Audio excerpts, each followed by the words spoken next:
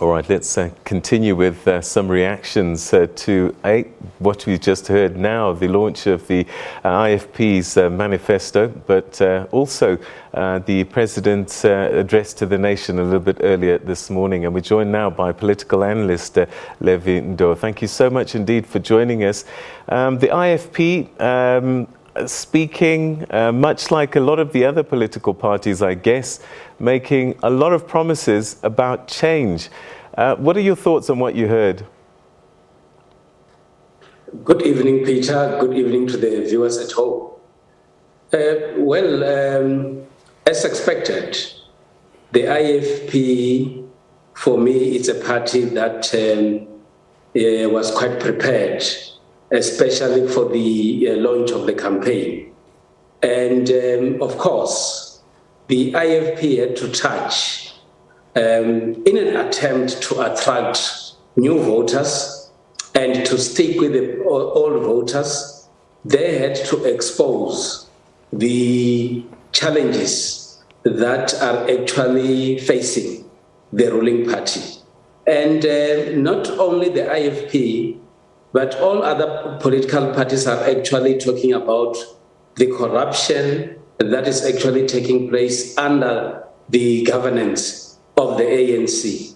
And all the parties, all of them, promise something quite different. And I think if you need to attack the ANC and you want to attract voters onto your party, you cannot go to a manifesto launch or convince other voters and not talk about the corruption that is actually taking place within the ANC.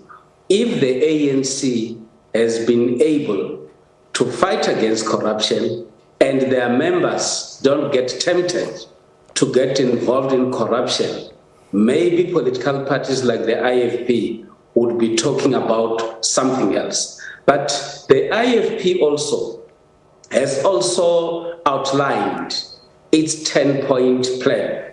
And for me, it is a plan that would easily convince other or potential voters to go onto the IFP, even though what they actually talk about is what other political parties are also talking about. What I think is some element of progress on the part of the IFP is that they've got candidates in other provinces. They're actually moving away from being a traditional only KZN province. They've got candidates in the Free State. There are candidates also in Mpumalanga.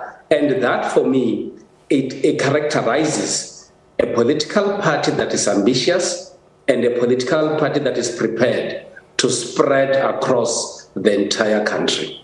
All right, we'll talk about that a little bit more. I am curious about the identity because, you know, when you say a political party's name, certain things must come up about what that party represents. And I'm wondering if we know what the IFP stands for. We've heard what they've promised, but are we clear about what they stand for? Because as you said, I think by and large people seem to think of it and remember it more for being a KZN party and having more cultural roots than anything else. Well, indeed, the IFP has got its roots in KwaZulu-Natal. The IFP, it's rooted, as rightfully so, in the culture and very traditional political party. But also at the same time, the IFP has made tremendous strides and an impact in South African politics from the era before democracy, and the IFP has always been represented in parliament. And apart from its traditional based and rooted in KwaZulu-Natal, the IFP has always been a party that has been preaching clean governance and also ensuring that where they are able to govern, services have to be delivered to the people.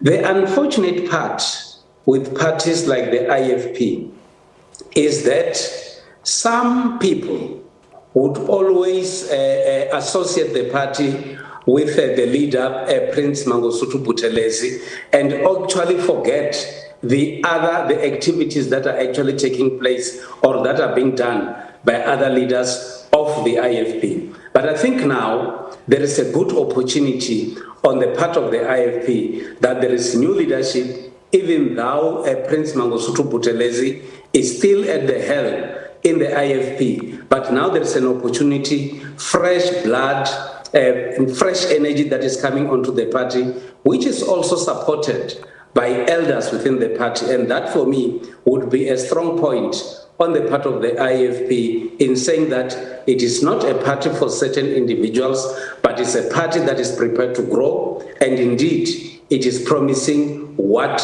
some of the citizens are actually expecting. The last local government elections, the IFP surprised. A lot of people remarked how remarkable their recovery had been. The NFP, I think, lost ground, DA lost ground, ANC lost ground.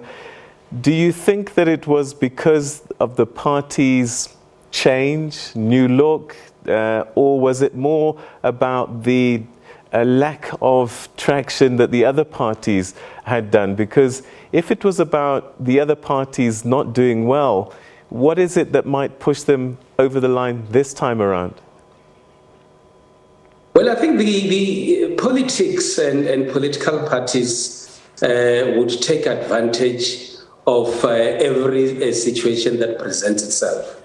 The growth or when other parties do well, they actually do well at the expense of other political parties. And in most instances in South African politics, and in particular when you talk of local governance, other parties will take advantage of the weaknesses happening within the ANC.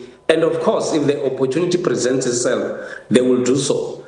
The factions within the ANC and the continuous bickering by ANC leaders and general members has a very huge negative impact on the party, and that actually brings growth to other political parties. The IFP has also been a beneficiary of the weaknesses of the ANC, and they actually took advantage of that.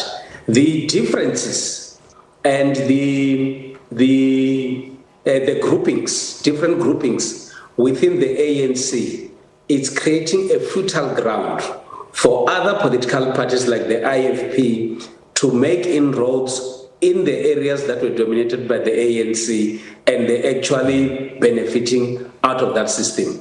And of course, if their numbers are growing in KwaZulu-Natal, they will then have to ensure that they spread their wings and actually move to other provinces. And that would always happen at the expense, unfortunately, of other political parties. Another big event today was the president addressing the nation and telling us that we're now at adjusted level 1. Your thoughts about, A, the timing of this announcement and what it might mean, not just for the country, but maybe the ANC, because whilst we see the president as the president of the nation, he's also the president of the ANC. Well, I think for me, I looked at it specifically based on the numbers, based on the rate of infections in South Africa, which will not necessarily necessitate why we should always be on a stricter lockdown.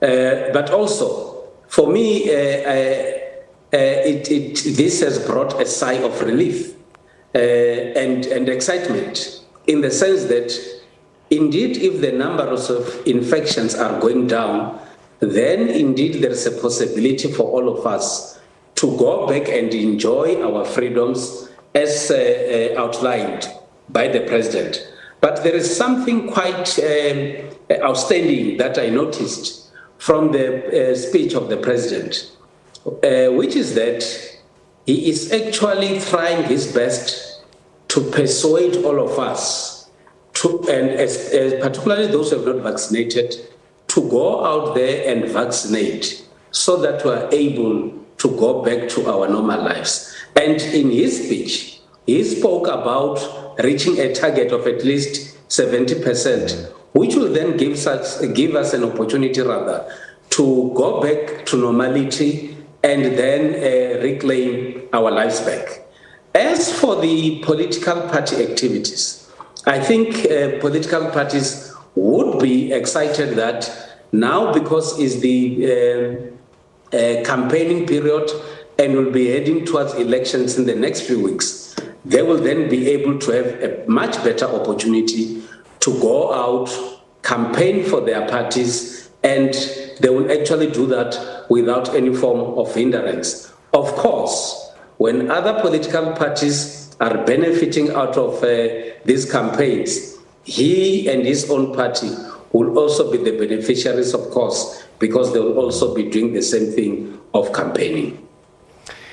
This morning we woke up to a press briefing by the Department of Health and talking about a very difficult situation for government, particularly as we talk about COVID-19, the corruption that had been taking place. So again, this announcement this evening is perhaps fortuitous because it shifts our attention a little bit. Well, each time we think of COVID-19, we South Africans will always remember that we had the health minister who seemed to have been doing very well in the fight against COVID-19. But also in the minds of South Africans, we'll also remember the minister who had to resign because he was implicated in corrupt activities that are involving the tender irregularities in the department. The president might be, the president's speech might try to focus our attentions on other things, but the corruption that is taking place within government, it's one area that has got very huge negative impact on government and in the ruling party. And members of the ANC, especially in leadership positions, they know that they've got a very huge task to go and convince voters and also talk about activities of corruption. Because each time when people talk about COVID-19 or when people think about government, they also associate governance with corruption. And that is a very huge battle that the ruling party and government are supposed to fight. And of course, they need to win this fight because it is indeed tainting the image of our country. All right, and that's where we'll leave it. Thank you so much indeed for joining us. It's always good to have you on the program and your insights greatly appreciated. Thank you very much indeed, Levy Ndou.